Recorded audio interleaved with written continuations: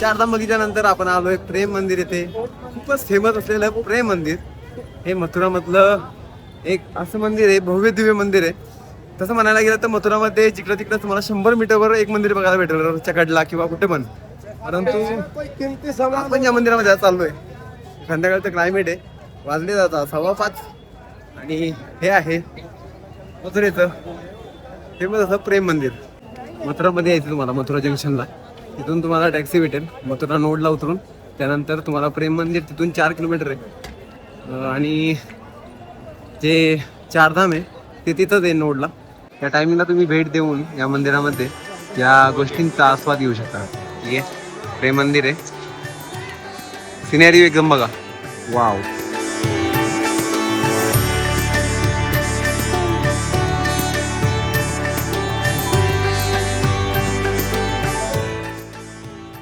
Okay, Mathura म्हणजेच श्रीकृष्णाची नगरी.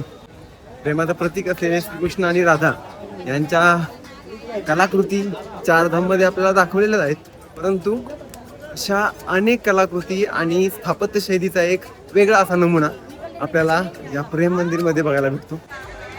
मंदिराचा परिसर, हे मंदिर.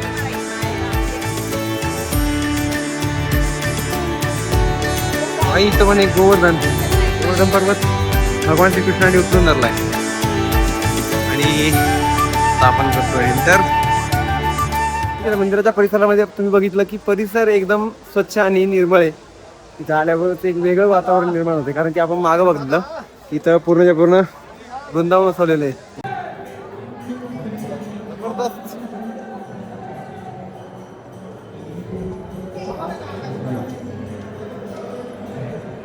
पिलरची बांधणी, हे नक्षीकाम बघा.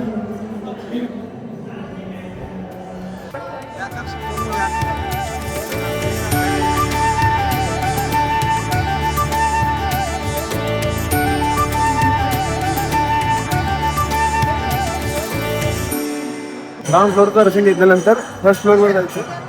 तिथे पण एक मंदिर आहे, राम सीता मंदिर. हा आहे फर्स्ट फ्लोअर.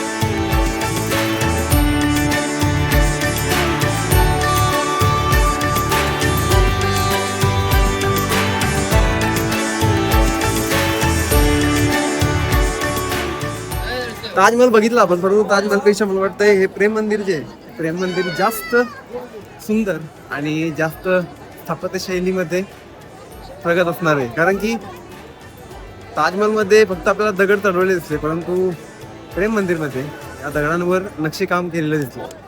ठीक आहे, तर प्रेमाचं प्रतीक असलेलं ताजमहल मोठं की प्रेम मंदिर, हे तुम्ही कमेंटमध्ये नक्की सांगा. त्यामुळं नक्की या, एकदा तरी भेट द्या आणि या सगळ्या स्थापत्याला किंवा या आस्थेला देऊन अनुभवा. जय हिंद, जय महाराष्ट्र, जय शिवराय.